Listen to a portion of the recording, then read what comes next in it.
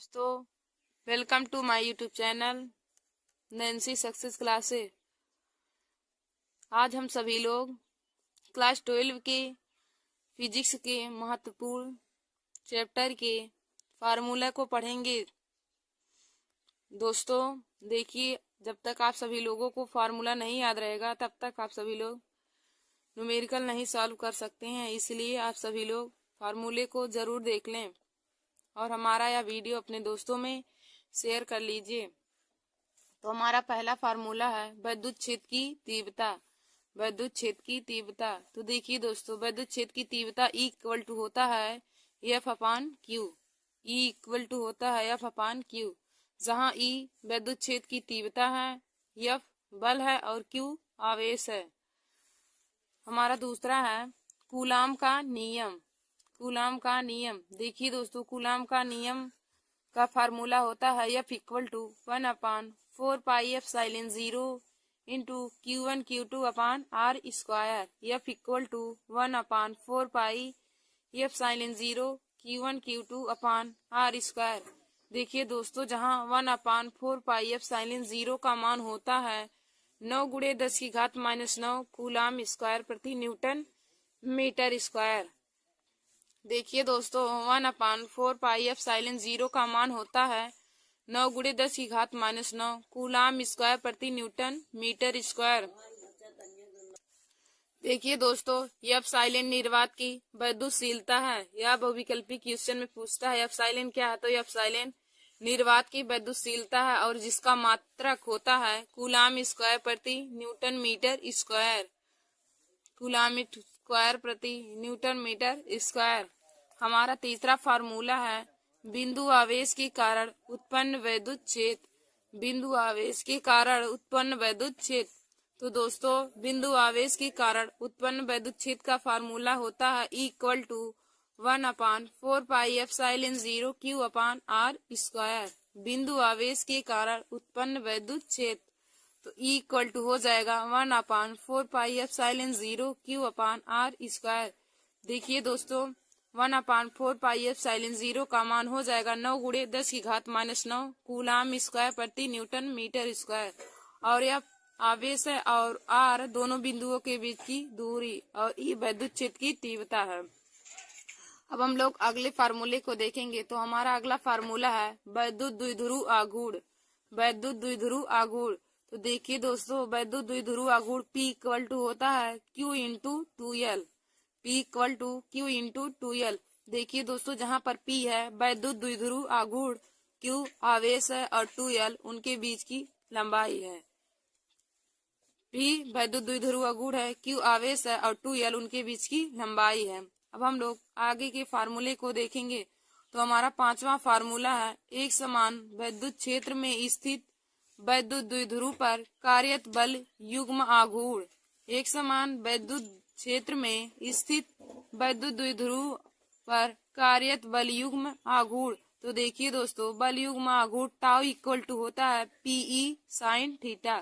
विद्युत द्विध्रुव आघूर्ण टाउ इक्वल टू बल युग्म आघूर्ण टाउ इक्वल टू होता है PE साइन थीटा, जहाँ पर टाउ है बल युग्म आघूर्ण और P विद्युत द्विध्रुव आघूर्ण और E है विद्युत क्षेत्र की तीव्रता।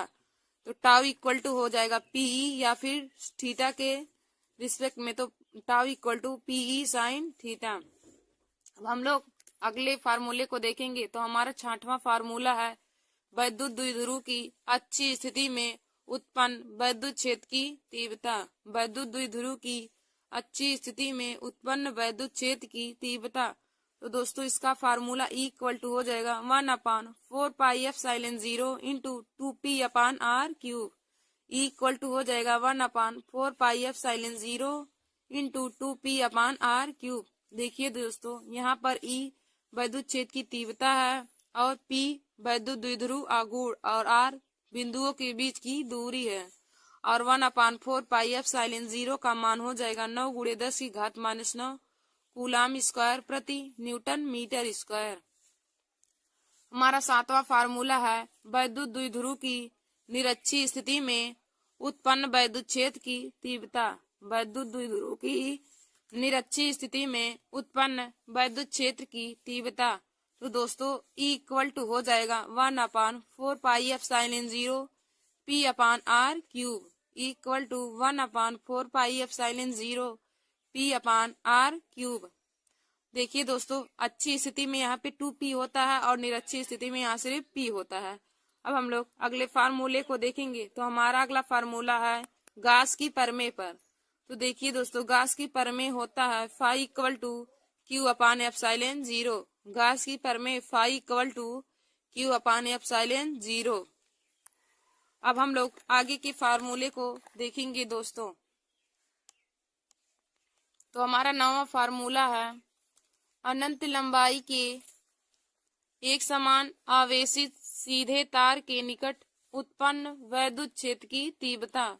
अनंत लंबाई के एक समान आवेशित सीधे तार के निकट उत्पन्न वैद्युत क्षेत्र की तीव्रता। तो दोस्तों इसका फार्मूला होता है equal to λ/2πε0 into r equal to होता है λ/2πε0 इंटू r। देखिए दोस्तों, यहाँ पर E वैद्युत क्षेत्र की तीव्रता और लैम्डा तरंगदैर्घ्य है और r बिंदुओं के बीच की दूरी है। तो E इक्वल टू हो जाएगा λ/2πε0 इंटू r।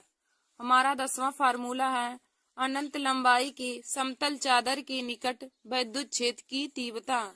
अनंत लंबाई के समतल चादर के निकट वैद्युत क्षेत्र की तीव्रता। तो देखिए दोस्तों, इसका फार्मूला हो जाएगा E इक्वल टू 1/2 σ/ε0 1/2 σ/ε0। तो E इक्वल टू हो जाएगा 1/2 σ/ε0। हमारा 11वां फार्मूला है पृष्ठीय आवेश घनत्व। देखिए दोस्तों, यहाँ पे सिग्मा पृष्ठीय आवेश घनत्व है और हमारा 11वां फार्मूला है पृष्ठीय आवेश घनत्व। पृष्ठीय आवेश घनत्व, तो देखिए दोस्तों, पृष्ठीय आवेश घनत्व सिग्मा इक्वल टू हो जाएगा Q/A। पृष्ठीय आवेश घनत्व सिग्मा इक्वल टू हो जाएगा Q/A, जहाँ पे सिग्मा पृष्ठीय आवेश घनत्व, Q आवेश है और A क्षेत्रफल है। A क्षेत्रफल है और Q आवेश और सिग्मा पृष्ठीय आवेश घनत्व। अब हम लोग 12वें फार्मूले को देखेंगे। तो हमारा 12वां फार्मूला है वैद्युत फ्लक्स। 12वां फार्मूला है वैद्युत फ्लक्स। तो वैद्युत फ्लक्स फाई इक्वल टू हो जाएगा E इंटू ए। वैद्युत फ्लक्स फाई इक्वल टू हो जाएगा E इंटू ए, जहाँ पर फाई वैद्युत फ्लक्स है और E वैद्युत क्षेत्र की तीव्रता है और ए क्षेत्रफल है। देखिए दोस्तों, थीटा के रिस्पेक्ट में वैद्युत फ्लक्स फाई इक्वल टू होता है EA cos theta. Phi equal to हो जाएगा EA cos थीटा। हमारा 13वां है एकल बिंदु आवेश के कारण उत्पन्न वैद्युत विभव। एकल बिंदु आवेश के कारण उत्पन्न विभव। तो देखिए दोस्तों, विभव V इक्वल टू हो जाएगा 1/4πε0 into Q/r। 1/4πε0 Q into r। देखिए दोस्तों, जहाँ पर V विभव है, Q आवेश है और R उनके बीच की दूरी है और 1/4πε0 का मान हो जाएगा 9 × 10⁻⁹ कूलाम स्क्वायर प्रति न्यूटन मीटर स्क्वायर। हमारा अगला 14वां फार्मूला है वैद्युत द्विध्रुव की अच्छी स्थिति में वैद्युत विभव। वैद्युत द्विध्रुव की अच्छी स्थिति में वैद्युत विभव। तो देखिए दोस्तों, वैद्युत द्विध्रुव की अच्छी स्थिति में वैद्युत विभव का फार्मूला होता है V equal to 1/4πε0 into P/r²। V equal to 1/4πε0 into P/r²। देखिए दोस्तों, V वैद्युत विभव है और P वैद्युत द्विध्रुव आघूर्ण और R चालक तारों के बीच की दूरी है और 1/4πε0 का मान 9 × 10⁻⁹ कूलाम स्क्वायर प्रति न्यूटन मीटर स्क्वायर होता है। हमारा अगला 15वां फार्मूला है वैद्युत द्विध्रुव की निरक्षीय स्थिति में वैद्युत विभव। वैद्युत द्विध्रुव की निरक्षीय स्थिति में वैद्युत विभव। तो दोस्तों, वैद्युत द्विध्रुव की निरक्षीय स्थिति में वैद्युत विभव V इक्वल टू होता है 0। वैद्युत द्विध्रुव की अच्छी स्थिति में V इक्वल टू होता है 1/4πε0 P/r² और वैद्युत द्विध्रुव की निरक्षीय स्थिति में V इक्वल टू 0 होता है। हमारा अगला 16वां फार्मूला है दो बिंदु आवेशों के कारण स्थितिज ऊर्जा। दो बिंदु आवेशों के कारण स्थितिज ऊर्जा, तो स्थितिज ऊर्जा U इक्वल टू होता है 1/4πε0 Q1 Q2 upon R square. देखिए दोस्तों, दो बिंदु आवेशों के कारण उत्पन्न स्थितिज ऊर्जा का फार्मूला होता है U equal to 1/4πε0 Q1 Q2 upon R square. देखिए दोस्तों, दो बिंदुओं आवेशों के कारण उत्पन्न स्थितिज ऊर्जा का फार्मूला और कूलाम के नियम से जो फार्मूला प्राप्त होता है, दोनों फार्मूला बराबर होता है। वहां पे केवल U की जगह पे वहां पे F होता, तो F इक्वल टू हो जाता है 1/4πε0 Q1 Q2 upon R square. और यहाँ पे स्थितिज ऊर्जा U बराबर हो जाता है 1/4πε0 Q1 Q2 upon R square. दोस्तों, अब हम लोग आगे के फार्मूले को देखेंगे। तो हमारा 17वां फार्मूला है वैद्युत क्षेत्र में स्थित वैद्युत स्थितिज ऊर्जा। वैद्युत क्षेत्र में स्थित वैद्युत स्थितिज ऊर्जा, तो दोस्तों स्थितिज ऊर्जा U इक्वल टू हो जाएगा -PE cos theta. U equal to हो जाएगा -PE cos थीटा। देखिए दोस्तों, वैद्युत क्षेत्र में स्थित वैद्युत स्थितिज ऊर्जा का फार्मूला होगा U equal to -PE cos theta. देखिए दोस्तों, यहाँ पे U वैद्युत स्थितिज ऊर्जा है और P वैद्युत द्विध्रुव आघूर्ण और E वैद्युत क्षेत्र की तीव्रता है। तो U इक्वल टू हो जाएगा -PE cos थीटा। अब हम लोग अगले फार्मूले को देखेंगे। तो हमारा 18वां फार्मूला है विलगित चालक की धारिता। विलगित चालक की धारिता, तो विलगित चालक की धारिता C इक्वल टू हो जाएगा 4πε0 K into R। C equal to हो जाएगा 4πε0 K इंटू R। तो देखिए दोस्तों, यहाँ पर C धारिता है और K नियतांक है और R हमारा त्रिज्या है। C धारिता है और K नियतांक है और R त्रिज्या है। तो विलगित चालक की धारिता का सूत्र C इक्वल टू हो जाएगा 4πε0 K इंटू R। हमारा 19वां है समांतर प्लेट संधारित्र की धारिता। समांतर प्लेट संधारित्र की धारिता, तो इसका फार्मूला हो जाएगा समांतर प्लेट संधारित्र की धारिता का समांतर प्लेट संधारित्र की धारिता। देखिए दोस्तों, समांतर प्लेट संधारित्र की धारिता का निगमन बोर्ड एग्जाम की परीक्षा में हर बार ही पूछा जाता है। तो समांतर प्लेट संधारित्र की धारिता का फार्मूला C इक्वल टू होता है कि ε0 A upon D। C equal to हो जाएगा कि ε0 A into A upon D। देखिए दोस्तों, यहाँ पे C धारिता है और K नियतांक है और A क्षेत्रफल और D दूरी है। D बिंदुओं के बीच की दूरी है। C धारिता है, K नियतांक, A क्षेत्रफल है और D बिंदुओं के बीच की दूरी। तो समांतर प्लेट संधारित्र की धारिता का फार्मूला हो जाएगा C equal to KA ε0 upon D। KA ε0 upon D। देखिए दोस्तों, हमारा 20वां फार्मूला है संधारित्रों के श्रेणी क्रम संयोजन के तुल्य संधारित्र की धारिता। संधारित्रों के श्रेणी क्रम संयोजन के तुल्य संधारित्र की धारिता, तो देखिए दोस्तों, श्रेणी क्रम संयोजन का हो जाएगा 1/C equal to 1/C1 plus 1/C2 plus 1/C3। संधारित्रों के श्रेणी क्रम संयोजन का तुल्य संधारित्र की धारिता 1/C इक्वल टू हो जाएगा 1/C1 plus 1/C2 plus 1/C3। और हमारा 21वां फार्मूला है संधारित्रों के समांतर क्रम में तुल्य धारिता।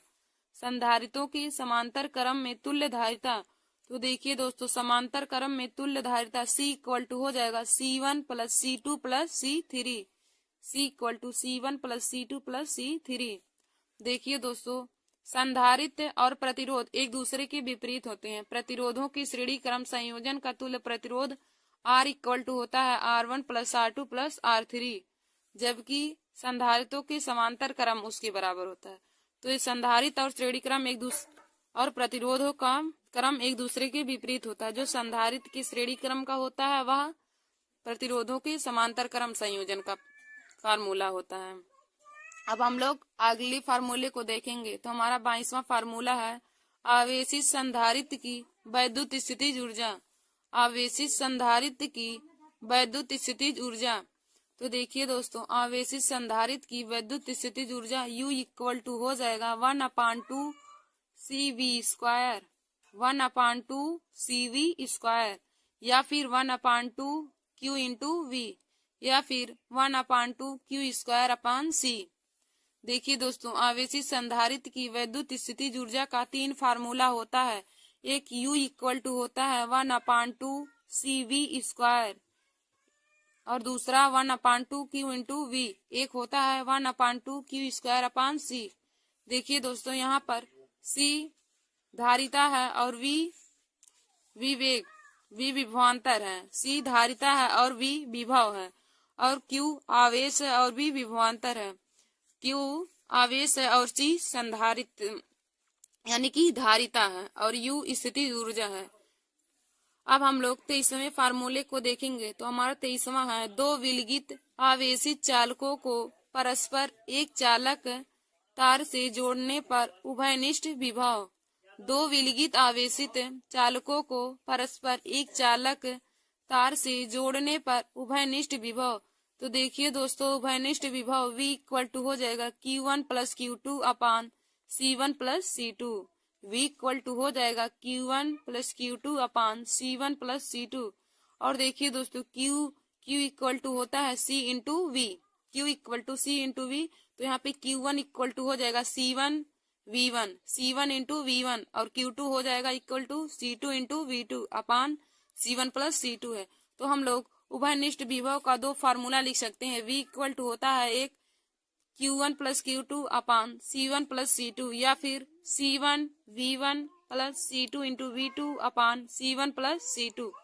अब हम लोग अगले फार्मूले को देखेंगे। तो ऊर्जा ह्रास, तो ऊर्जा ह्रास का सूत्र U इक्वल टू होगा 1/2 C1 इंटू C2 ब्रैकेट में V1 माइनस V2 का whole square plus C2। U equal to हो जाएगा 1/2 C1 इंटू C2 ब्रैकेट में V1 माइनस V2 का होल स्क्वायर/C1 प्लस C2। दोस्तों देखिए, यहाँ पे C1 और C2 पहली और दूसरी धारिता है, और V1 और V2 पहले व दूसरे विभव हैं, और U वैद्युत स्थितिज ऊर्जा है। दोस्तों अब हम लोग आगे के फार्मूले को देखेंगे। दोस्तों हमारा 24वां फार्मूला है, चालक के लिए Q, C तथा V में संबंध। चालक के लिए Q, C तथा V में संबंध। तो देखिए दोस्तों, Q इक्वल टू हो जाएगा C into V, Q equal to C into V। देखिए दोस्तों, यहाँ पर Q आवेश, C वैद्युत धारिता और V वैद्युत विभव है। Q आवेश है, C वैद्युत धारिता है और V वैद्युत विभव है। अब हम लोग 25वें फार्मूले को देखेंगे। तो हमारा 25वां फार्मूला है, चालक के लिए W, V व Q में संबंध। चालक के लिए W, V व Q में संबंध। तो देखिए दोस्तों, चालक के लिए W, V व Q में संबंध। तो V इक्वल टू हो जाएगा W/Q, वैद्युत विभव V इक्वल टू W/Q। देखिए दोस्तों, यहाँ पर V वैद्युत विभव और W कार्य है, और Q आवेश है। V वैद्युत विभव, W कार्य और Q आवेश है। तो चालक के लिए W, V और Q में संबंध, तो V इक्वल टू हो जाएगा W/Q। अब हम लोग 26वें फार्मूले को देखेंगे। तो हमारा 26वां है, संधारित्र की प्लेटों के बीच ऊर्जा घनत्व। संधारित्र की प्लेटों के बीच ऊर्जा घनत्व। संधारित्र की प्लेटों के बीच ऊर्जा घनत्व। तो ऊर्जा घनत्व म्यू इक्वल टू हो जाएगा 1/2 K/0 into E²। Mu equal to हो जाएगा 1/2 K/0 इंटू E²। देखिए दोस्तों, यहाँ पर म्यू ऊर्जा घनत्व है, K नियतांक है, F0 निर्वात की वैद्युतशीलता है, और E वैद्युत क्षेत्र की तीव्रता है। K नियतांक है, F0 निर्वात की वैद्युतशीलता है, और E वैद्युत क्षेत्र की तीव्रता है। अब हम लोग 27वें फार्मूले को देखेंगे। तो हमारा 27वां फार्मूला है, अनुगमन वेग, धारा तथा घनत्व में संबंध। अनुगमन वेग, धारा तथा घनत्व में संबंध। तो देखिए दोस्तों I इक्वल टू हो जाएगा NeAVD, I equal to NeAVD। तो देखिए दोस्तों I यहाँ पे धारा है, N इलेक्ट्रॉनों की संख्या है और E इलेक्ट्रॉन वोल्ट है और A ये क्षेत्रफल है और VD अनुगमन वेग है, VD अनुगमन वेग है। तो अनुगमन वेग धारा तथा घनत्व में संबंध होता है I equal to NeAVD। I धारा है, N इलेक्ट्रॉनों की संख्या है और E इलेक्ट्रॉन वोल्ट है, A क्षेत्रफल है और VD अनुगमन वेग है। और अनुगमन वेग का मात्रक भी मीटर प्रति सेकेंड होता है। दोस्तों हम लोग अगले फार्मूले को देखेंगे। तो अगला फार्मूला है आवेश की गतिशीलता। आवेश की गतिशीलता, तो आवेश की गतिशीलता म्यू इक्वल टू हो जाएगा VD upon E। Mu equal to VD upon E। देखिए दोस्तों म्यू आवेश की गतिशीलता है, VD अनुगमन वेग है और E विद्युत क्षेत्र की तीव्रता है। म्यू गतिशीलता है, VD अनुगमन वेग है और E विद्युत क्षेत्र की तीव्रता है। अब हम लोग अगले फार्मूले को देखेंगे। तो हमारा अगला फार्मूला है ओम के नियम से। तो हम लोग देखेंगे ओम के नियम से कौन सा फार्मूला होता है, निकलता है। तो ओम के नियम से फार्मूला निकलता है V equal to I into R. V equal to I into R. हमारा तीसरा फार्मूला है विशिष्ट प्रतिरोध। विशिष्ट प्रतिरोध, तो देखिए दोस्तों विशिष्ट प्रतिरोध रो इक्वल टू हो जाएगा R into A upon L. विशिष्ट प्रतिरोध rho equal to R into A upon L. देखिए दोस्तों यहाँ पे रो विशिष्ट प्रतिरोध, R प्रतिरोध है, A क्षेत्रफल है और A लंबाई और L लंबाई है। P विशिष्ट प्रतिरोध है और R प्रतिरोध है और A क्षेत्रफल है और L लंबाई है। हम लोग अगले फार्मूले को देखेंगे। तो अगला फार्मूला है विशिष्ट चालकता का। विशिष्ट चालकता, तो देखिए दोस्तों विशिष्ट चालकता सिग्मा इक्वल टू हो जाएगा 1 अपान रो। सिग्मा इक्वल टू 1 अपान रो। तो विशिष्ट चालकता विशिष्ट प्रतिरोध के व्युत्क्रमानुपाती होता है। तो विशिष्ट चालकता सिग्मा इक्वल टू 1 अपान रो हो जाएगा। यहाँ पे सिग्मा विशिष्ट चालकता और रो विशिष्ट प्रतिरोध है। हमारा अगला फार्मूला है वैद्युत शक्ति। वैद्युत शक्ति, तो देखिए दोस्तों वैद्युत शक्ति P इक्वल टू हो जाएगा W अपान T। वैद्युत शक्ति P इक्वल टू हो जाएगा W अपान T, जहाँ पर P वैद्युत शक्ति है और W कार्य है और T समय है। P जहाँ पर P वैद्युत शक्ति है और W कार्य है और T समय है। तो वैद्युत शक्ति P इक्वल टू हो जाएगा W अपान T। और देखिए दोस्तों वैद्युत शक्ति P बराबर भी होता है I स्क्वायर इंटू आर या फिर V स्क्वायर अपान आर। तो देखिए दोस्तों वैद्युत शक्ति का 3 फार्मूला होता है। तो P बराबर एक होता है, एक P बराबर होता है W अपान T, एक होता है I स्क्वायर इंटू आर, एक होता है V square upon R. P बराबर W अपान T हो जाएगा एक, और एक I स्क्वायर इंटू आर हो जाएगा, एक हो जाएगा V स्क्वायर अपान आर। तो वैद्युत शक्ति P इक्वल टू हो जाएगा W upon T I square into R और हो जाएगा V स्क्वायर अपान आर। हमारा 33वां फार्मूला है प्रतिरोधों का तुल्य प्रतिरोध। प्रतिरोधों का तुल्य प्रतिरोध वो भी श्रेणी क्रम में। प्रतिरोधों का तुल्य प्रतिरोध श्रेणी क्रम में। तो देखिए दोस्तों प्रतिरोधों का तुल्य प्रतिरोध श्रेणी क्रम में होता है R equal to R1 plus R2 plus R3। प्रतिरोधों का तुल्य प्रतिरोध श्रेणी क्रम में होता है R equal to R1 plus R2 plus R3। R equal to R1 plus R2 plus R3। अब हम लोग आगे के फार्मूले को देखेंगे दोस्तों। हमारा अगला फार्मूला 34वां है प्रतिरोधों के समांतर क्रम संयोजन का तुल्य प्रतिरोध। प्रतिरोधों के समांतर क्रम संयोजन का तुल्य प्रतिरोध, तो देखिए दोस्तों प्रतिरोधों के समांतर क्रम संयोजन का तुल्य प्रतिरोध 1 अपान आर इक्वल टू हो जाएगा 1 upon R1 plus 1 upon R2 plus 1 upon R3।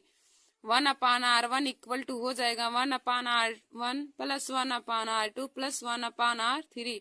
देखिए दोस्तों यहाँ पर R संयोजन का तुल्य प्रतिरोध है और R1 पहला प्रतिरोध, R2 दूसरा प्रतिरोध और R3 तीसरा प्रतिरोध है और प्रतिरोध का मात्रक ओम होता है। हमारा 35वां फार्मूला है सेल का वैद्युत वाहक बल। सेल का वैद्युत वाहक बल टर्मिनल विभवांतर तथा आंतरिक प्रतिरोध में संबंध। सेल का वैद्युत वाहक बल टर्मिनल विभवांतर तथा आंतरिक प्रतिरोध में संबंध। तो देखिए दोस्तों, E इक्वल टू होता है I/R plus r. E equal to I/R plus r, या फिर I इक्वल टू हो जाएगा E/R plus r. I equal to E/R plus r. देखिए दोस्तों, यहाँ पर I धारा है, E वैद्युत वाहक बल है। E वैद्युत वाहक बल है, कैपिटल R प्रतिरोध है और स्मॉल r आंतरिक प्रतिरोध है। कैपिटल R प्रतिरोध है और स्मॉल r आंतरिक प्रतिरोध है। I धारा है, E वैद्युत वाहक बल है, कैपिटल R प्रतिरोध है और स्मॉल r आंतरिक प्रतिरोध है। तो सेल का वैद्युत वाहक बल टर्मिनल विभवांतर तथा आंतरिक प्रतिरोध में संबंध यही है, I equal to E upon capital R plus small r। I धारा, E वैद्युत वाहक बल और कैपिटल R प्रतिरोध है और स्मॉल r आंतरिक प्रतिरोध है। हमारा 36वां फार्मूला है व्हीटस्टीन सेतु के भुजाओं के प्रतिरोधों में संबंध। व्हीटस्टीन सेतु के भुजाओं के प्रतिरोधों में संबंध। तो देखिए दोस्तों, व्हीटस्टीन सेतु की भुजाओं के प्रतिरोधों में संबंध होता है P/Q equal to R/S। P/Q equal to हो जाएगा R/S। P/Q equal to R/S। व्हीटस्टीन सेतु की भुजाओं के प्रतिरोधों में यही संबंध होता है कि P/Q इक्वल टू R/S। हमारा 37वां फार्मूला है और आज का लास्ट फार्मूला है मीटर सेतु में संबंध। मीटर सेतु में संबंध तो S इक्वल टू हो जाएगा 100 minus L/L into R। S equal to 100 minus L/L into R। Thank you दोस्तों, ऐसे ही हमारे वीडियो को देखने के लिए और क्लास 12 के फिजिक्स के और फार्मूले को पाने के लिए आप सब लोग हमारे YouTube channel Nancy success classes को सब्सक्राइब कर लीजिए और दोस्तों में लाइक और शेयर करना ना भूलिए। थैंक यू दोस्तों, welcome to my YouTube channel Nancy success classes. आज हम सभी लोग क्लास 10 के विज्ञान में मोस्ट इम्पोर्टेंट टॉपिक पढ़ेंगे दोस्तों। तो हमारा फिजिक्स का मोस्ट इम्पोर्टेंट टॉपिक है बायो-सेवर्ट का नियम क्या है, इसका सूत्र प्राप्त कीजिए। बायो-सेवर्ट का नियम क्या है, इसका सूत्र प्राप्त कीजिए। तो हम लोग इसमें लिखेंगे फ्रांसीसी वैज्ञानिक बायो और सेवर्ट ने प्रयोगों द्वारा धारावाही चालक द्वारा उत्पन्न चुंबकीय क्षेत्र की तीव्रता का एक सूत्र प्रतिपादित किया, जिसे बायो-सेवर्ट का नियम कहते हैं। फ्रांसीसी वैज्ञानिक बायो और सेवर्ट ने अपने प्रयोगों द्वारा धारावाही चालक द्वारा उत्पन्न चुंबकीय क्षेत्र की तीव्रता का सूत्र प्रतिपादित किया, जिसे बायो-सेवर्ट नियम कहते हैं। देखिए दोस्तों, हमको पूछा था क्वेश्चन में बायो-सेवर्ट का नियम क्या है, इसका सूत्र प्राप्त कीजिए। तो हमने बायो-सेवर्ट नियम की परिभाषा लिख लिया है। अब हम लोग इसके सूत्र का निगमन करेंगे।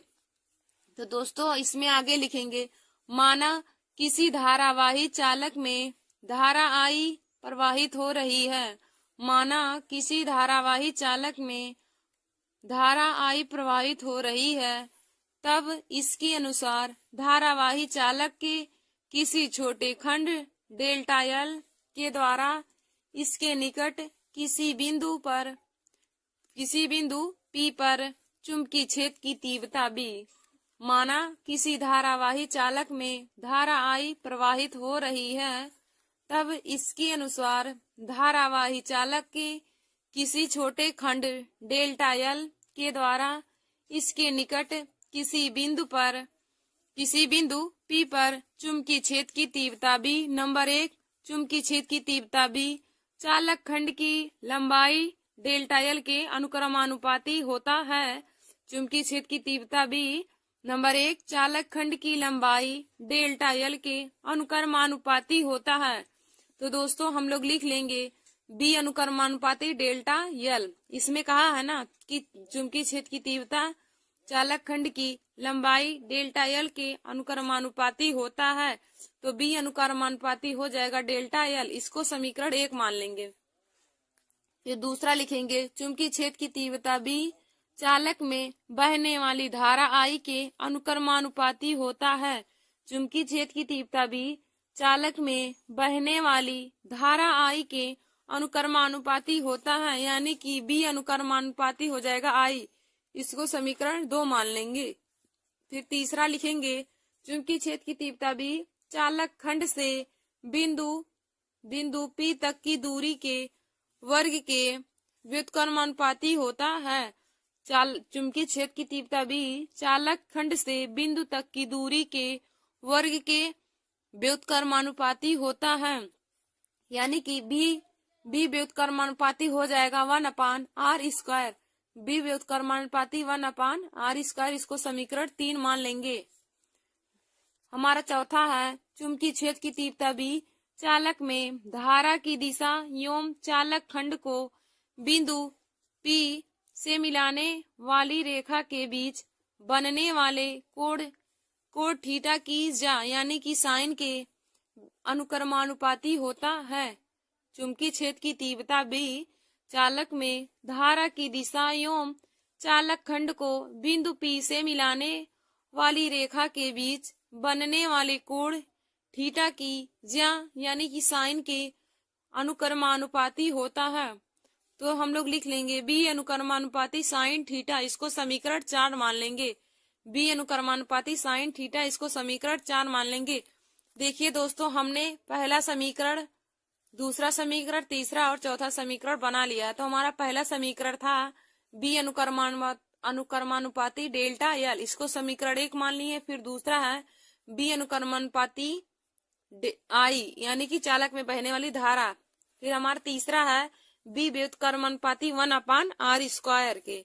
तो इसको तीसरा समीकरण है। और चौथा है B अनुक्रमानुपाती साइन थीटा। यह समीकरण चौथा है। देखिए दोस्तों, हमने यहाँ पे फिगर भी इसका बनाया है। यह एक धारावाही चालक तार है जिसमें I एम्पियर की धारा प्रवाहित हो रही है और बिंदु A से बिंदु B तक की दूरी है डेल्टा एल। बिंदु A और बिंदु B तक की दूरी डेल्टा एल है और चालक में I एम्पियर की धारा बह रही है और बिंदु P तक की दूरी r मीटर है और इनके बीच बना कोण थीटा है। अब हम लोग इस सूत्र का निगमन कर लेंगे। हम लोग आगे देखेंगे समीकरण 1, समीकरण 2, समीकरण 3 व समीकरण 4 से। आगे हमारा है समीकरण 1, समीकरण 2 व समीकरण 3 व समीकरण 4 से। तो दोस्तों समीकरण 1, 2, 3 व 4 से हो जाएगा B अनुक्रमानुपाती I delta L sine theta upon r²। B अनुक्रमानुपाती हो जाएगा I dl sine theta upon r²। देखिए दोस्तों, जब अनुक्रमानुपाती का साइन हटेगा, इस अनुक्रमानुपाती का प्रतीक हटेगा, तो उसकी जगह पर μ0/4π हो जाएगा। तो हो जाएगा B = μ0/4π into I dl sine theta upon r²। B बराबर हो जाएगा μ0/4π I dl sine theta upon r²। देखिए दोस्तों, हमें बायो-सेवर्ट के नियम से अनंत लंबाई के कारण उत्पन्न चुंबकीय क्षेत्र की तीव्रता का सूत्र प्राप्त हो गया है। B = μ0/4π into I delta L sine theta upon r², जहां पर μ0 चुंबकीय क्षेत्र की तीव्रता और चुंबकीय क्षेत्र की तीव्रता में चुंबकीय क्षेत्र की वैद्युतशीलता है और A चालक में प्रवाहित धारा और dl उसके बीच की लंबाई है और साइन थीटा बना कोण है और r चालक तक की लंबाई, चालक के बीच की दूरी है। देखिए दोस्तों, यहाँ पे हम लोग μ0/4π का मान लिख लेंगे। तो μ0/4π का मान होता है 10⁻⁷ न्यूटन प्रति एम्पियर स्क्वायर। μ0/4π का मान होता है 10⁻⁷ न्यूटन प्रति एम्पियर स्क्वायर। देखिए दोस्तों, हमने कितनी आसानी तरीके से चुंबकीय क्षेत्र की तीव्रता का सूत्र निकाल लिया। बायो-सेवर्ट के नियम से अनंत लंबाई के कारण उत्पन्न चुंबकीय क्षेत्र की तीव्रता का सूत्र निकाल लिया। तो उसका सूत्र था B=μ0/4π sin θ/r²। दोस्तों, अब हम लोग आगे की क्वेश्चन को देखेंगे। तो हमारा दूसरा क्वेश्चन है, चुंबकीय बल रेखाओं से क्या तात्पर्य है, इनके प्रमुख गुण लिखिए। चुंबकीय बल रेखाओं से क्या तात्पर्य है, इनके प्रमुख गुण लिखिए। देखिए दोस्तों, चुंबकीय बल रेखाओं से क्या तात्पर्य, यानी कि हमको क्वेश्चन में चुंबकीय बल रेखाओं की परिभाषा लिखना है और इनके गुण भी लिखना है। तो हम लोग यहाँ पे हेडिंग डाल लेंगे चुंबकीय बल रेखाएं। तो उसमें लिखेंगे चुंबकीय क्षेत्र में वे काल्पनिक रेखाएं, चुंबकीय क्षेत्र में वे काल्पनिक रेखाएं जो उस स्थान में चुंबकीय क्षेत्र की दिशा को प्रदर्शित करती है, चुंबकीय बल रेखाएं कहलाती हैं। चुंबकीय क्षेत्र में वे काल्पनिक रेखाएं, चुंबकीय क्षेत्र में वे काल्पनिक रेखाएं जो उस स्थान में चुंबकीय क्षेत्र की दिशा को प्रदर्शित करती है, चुंबकीय बल रेखाएं कहलाती हैं। देखिए दोस्तों, हमने चुंबकीय बल रेखाओं की परिभाषा को जान लिया। अब हम लोग इसके गुण को देखेंगे। तो हम हेडिंग डालेंगे गुण, चुंबकीय बल रेखाओं के गुण। तो इसमें लिखेंगे नंबर 1, चुंबकीय बल रेखाएं सदैव चुंबक के उत्तरी ध्रुव से निकलती हैं। चुंबकीय बल रेखाएं सदैव चुंबक के उत्तरी ध्रुव से निकलती हैं तथा वक्र बनाती हुई दक्षिणी ध्रुव में प्रवेश करती हैं। चुंबकीय बल रेखाएं सदैव चुंबक के उत्तरी ध्रुव से निकलती हैं तथा वक्र बनाती हुई दक्षिणी ध्रुव में प्रवेश करती हैं। देखिए दोस्तों, चुंबकीय बल रेखाएं सदैव उत्तर ध्रुव से निकल करके दक्षिणी ध्रुव में प्रवेश करती हैं। और हमारा दूसरा है, चुंबकीय बल रेखाएं, दो बल रेखाएं एक दूसरे को कभी नहीं काटती हैं। यानी कि चुंबकीय बल रेखाएं कभी भी एक दूसरे को प्रतिच्छेदित नहीं करती हैं, यानी कि एक दूसरे को कभी भी नहीं काटती हैं। और हमारा तीसरा है, चुंबक के ध्रुव के निकट, चुंबक के ध्रुव के निकट जहां चुंबकीय क्षेत्र प्रबल होता है वहां बल रेखाएं पास पास होती हैं। चुंबक के ध्रुव के निकट, चुंबक के ध्रुव के निकट जहां चुंबकीय क्षेत्र प्रबल होता है वहां चुंबकीय बल रेखाएं पास पास होती हैं। हमारा चौथा है, एक समान चुंबकीय क्षेत्र की बल रेखाएं परस्पर समांतर होती हैं।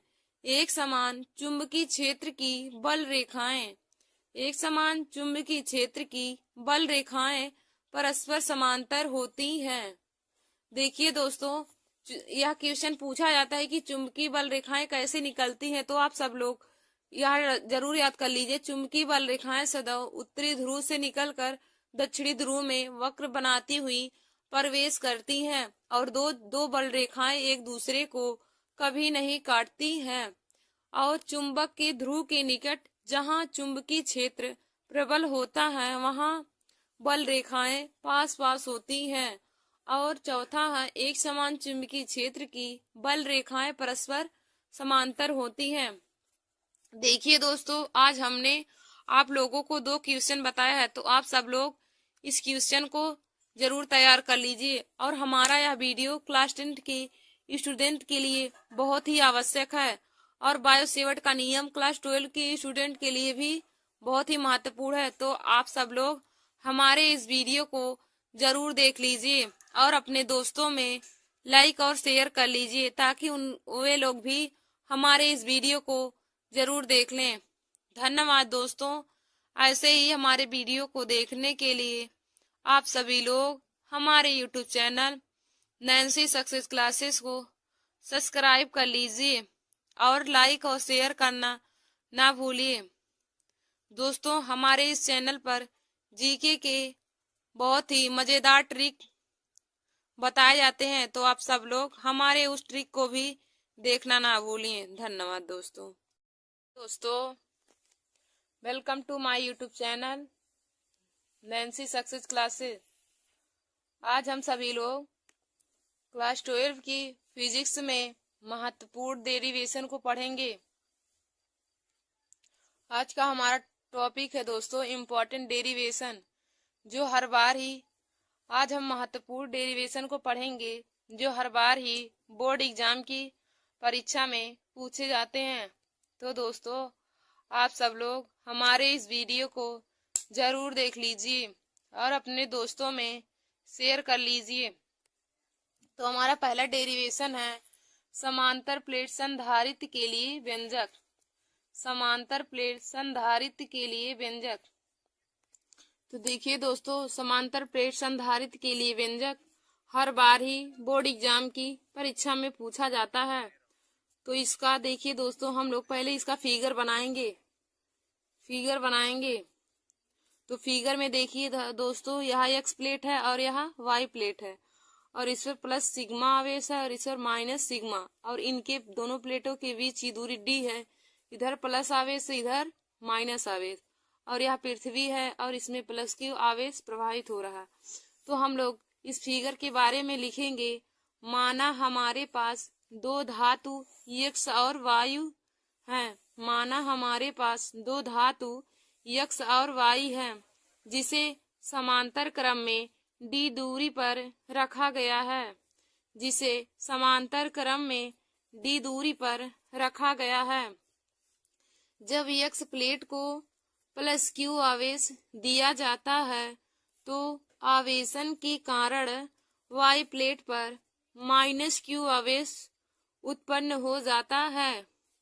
जब यक्ष प्लेट को प्लस क्यू आवेश दिया जाता है तो आवेशन के कारण वाई प्लेट पर माइनस क्यू आवेश उत्पन्न हो जाता है। इन्हें के प्रावैद्युतांक वाले माध्यम में रखा गया है। इन्हें के प्रावैद्युतांक वाले माध्यम में रखा गया है, जिनके बीच का क्षेत्रफल ए और वैद्युत क्षेत्र की तीव्रता ई है। जिनके बीच का क्षेत्रफल ए और वैद्युत क्षेत्र की तीव्रता ई है, उनके पृष्ठीय आवेशों का घनत्व प्लस सिग्मा व माइनस सिग्मा है। देखिए दोस्तों, हमने फिगर के बारे में जान लिया है कि माना हमारे पास दो धातु यक्ष और वायु हैं, जिसे समांतर क्रम में डी दूरी पर रखा गया है। जब यक्ष प्लेट को प्लस क्यू आवेश दिया जाता है तो आवेशन के कारण वाई प्लेट पर माइनस क्यू आवेश उत्पन्न हो जाता है। इन्हें के प्रावैद्युतांक वाले माध्यम में रखा गया है, जिनके बीच का क्षेत्रफल ए है और वैद्युत क्षेत्र की तीव्रता ई है। उनके पृष्ठीय क्षेत्रफल का घनत्व प्लस सिग्मा व माइनस सिग्मा है। तो दोस्तों, हमने फिगर के बारे में जान लिया। अब हम लोग इसका डेरिवेशन करेंगे। तो यहाँ पे लिखेंगे, तो इनके बीच उत्पन्न वैद्युत क्षेत्र की तीव्रता। तो इनके बीच उत्पन्न वैद्युत क्षेत्र की तीव्रता, तो वैद्युत क्षेत्र की तीव्रता E इक्वल टू हो जाएगा sigma upon K epsilon. Sigma E equal to हो जाएगा सिग्मा अपान के एप्सिलॉन। इसके बाद देखिए दोस्तों, सिग्मा इक्वल टू होता है क्यू अपान ए। पृष्ठीय आवेश घनत्व सिग्मा बराबर क्यू अपान ए। हमने एक वीडियो बनाया है फार्मूले पर। तो दोस्तों, सिग्मा इक्वल टू होता है क्यू अपान ए। तो हम लोग यहाँ पे E equal to sigma upon K epsilon 0 में सिग्मा का मान क्यू अपान ए रख देंगे। तो E इक्वल टू आ जाएगा Q upon A K epsilon 0। E equal to आ जाएगा Q upon A K epsilon 0। इसको समीकरण 1 मान लेंगे। इसके बाद होता है वैद्युत विभव V equal to E into D. वैद्युत विभव V इक्वल टू होता है E इंटू डी।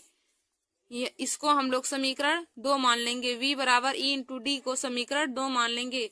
देखिए दोस्तों, अब हम लोग समीकरण 2 में E का मान रख देंगे। तो यहाँ पे लिखेंगे समीकरण 2 में E का मान रखने पर। समीकरण 2 में E का मान रखने पर। तो देखिए दोस्तों, समीकरण 2 है V equal to E into D. तो V बराबर हो जाएगा Q into D upon A K epsilon 0।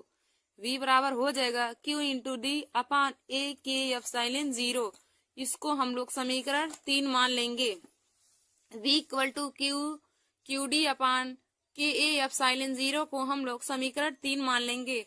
अब हम लोग आगे देखेंगे वैद्युत धारिता C इक्वल टू होता है Q अपान V। वैद्युत धारिता C बराबर Q अपान V, तो इसको समीकरण 4 मान लेंगे और हम लोग समीकरण 4 में V का मान रख देंगे।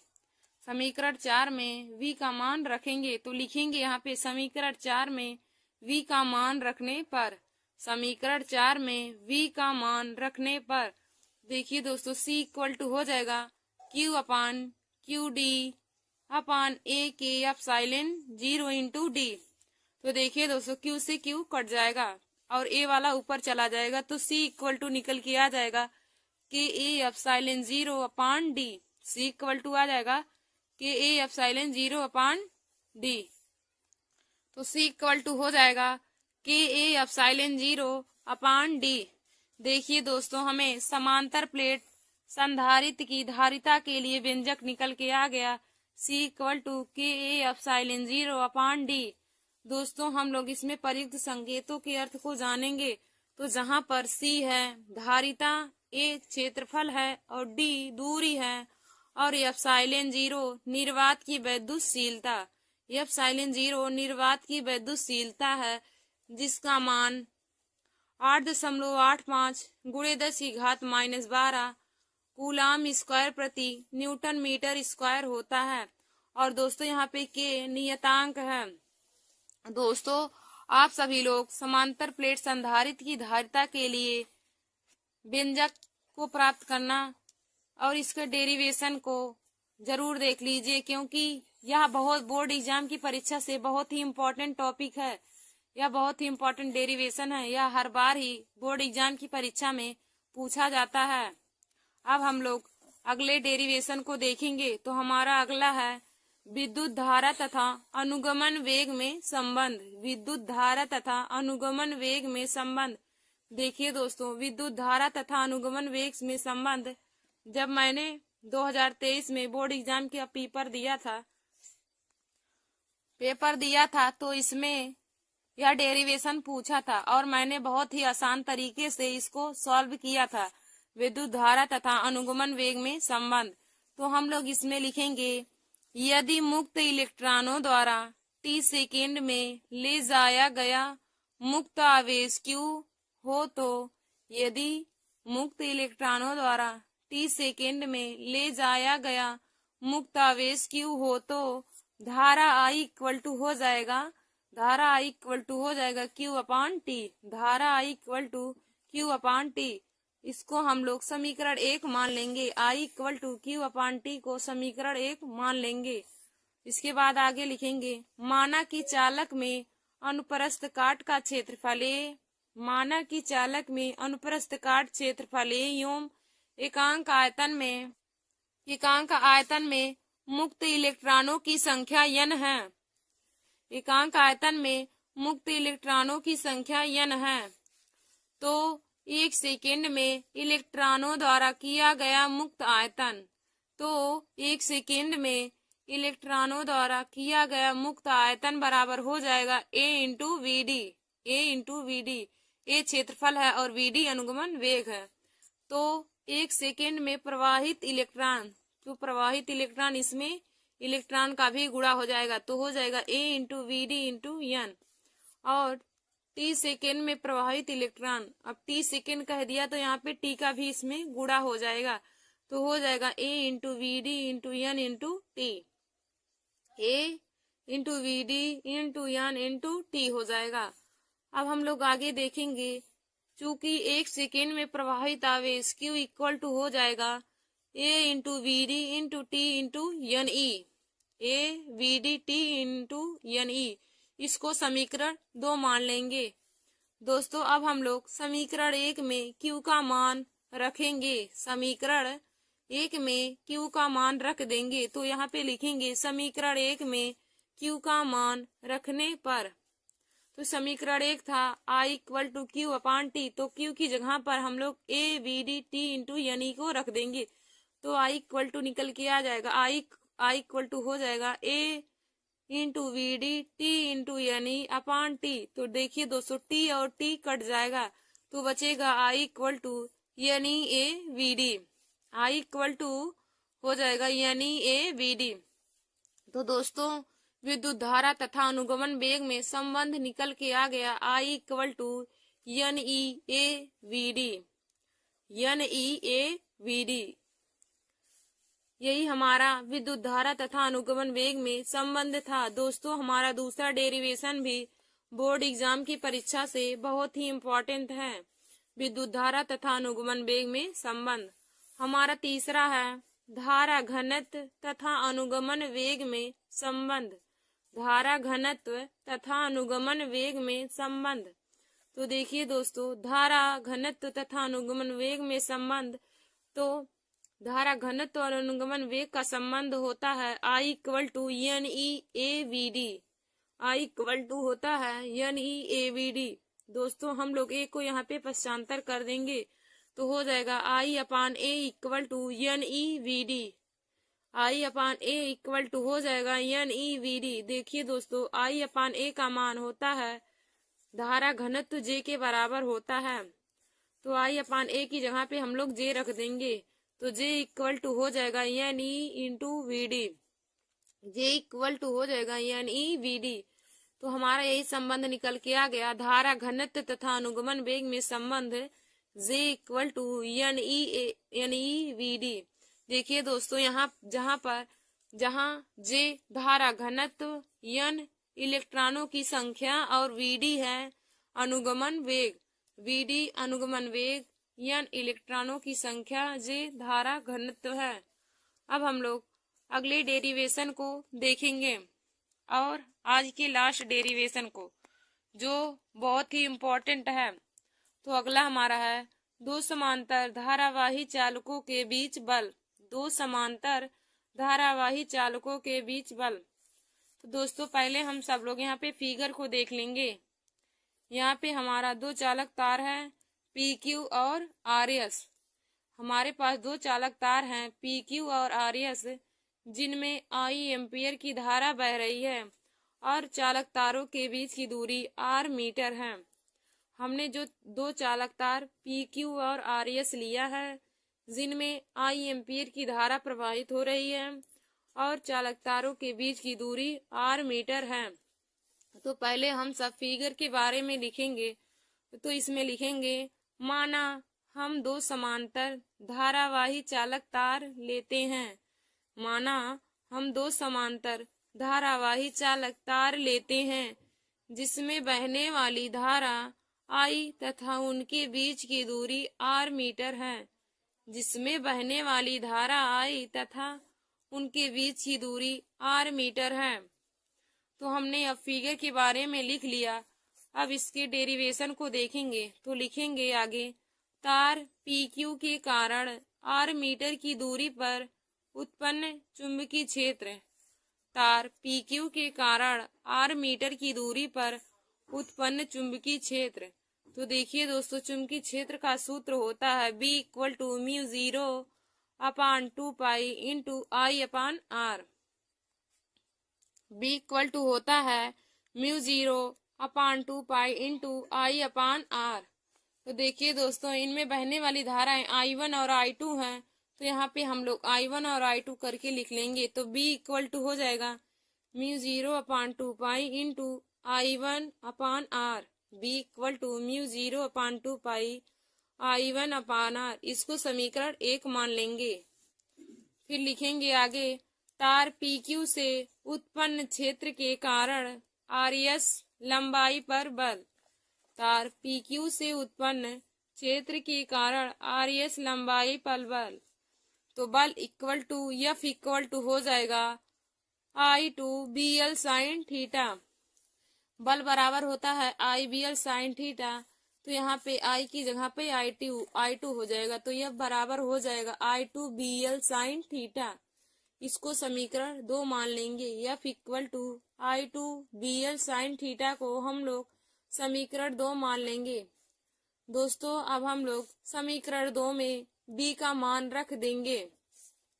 तो यहाँ पे लिखेंगे समीकरण 2 में v का मान रखने पर, समीकरण 2 में v का मान रखने पर, तो देखिए दोस्तों f इक्वल टू हो जाएगा I2 mu 0 upon 2 pi into I1 अपान r गुणे यल साइन थीटा।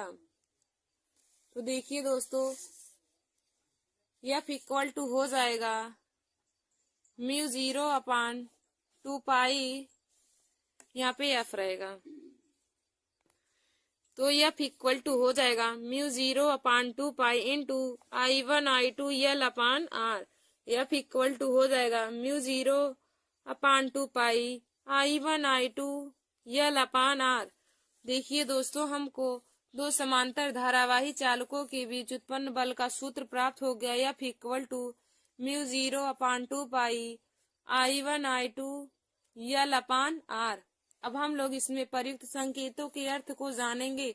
देखिए दोस्तों म्यू 0 अपान 2 पाई का मान होता है 2 गुणे 10 की घात -7 न्यूटन प्रति एम्पियर स्क्वायर, और यल लंबाई है I1 और I2 इसमें प्रवाहित धारा। धन्यवाद दोस्तों, ऐसे ही हमारे वीडियो को देखने के लिए आप सभी लोग हमारे YouTube channel Nancy success classes को सब्सक्राइब कर लीजिए। धन्यवाद दोस्तों।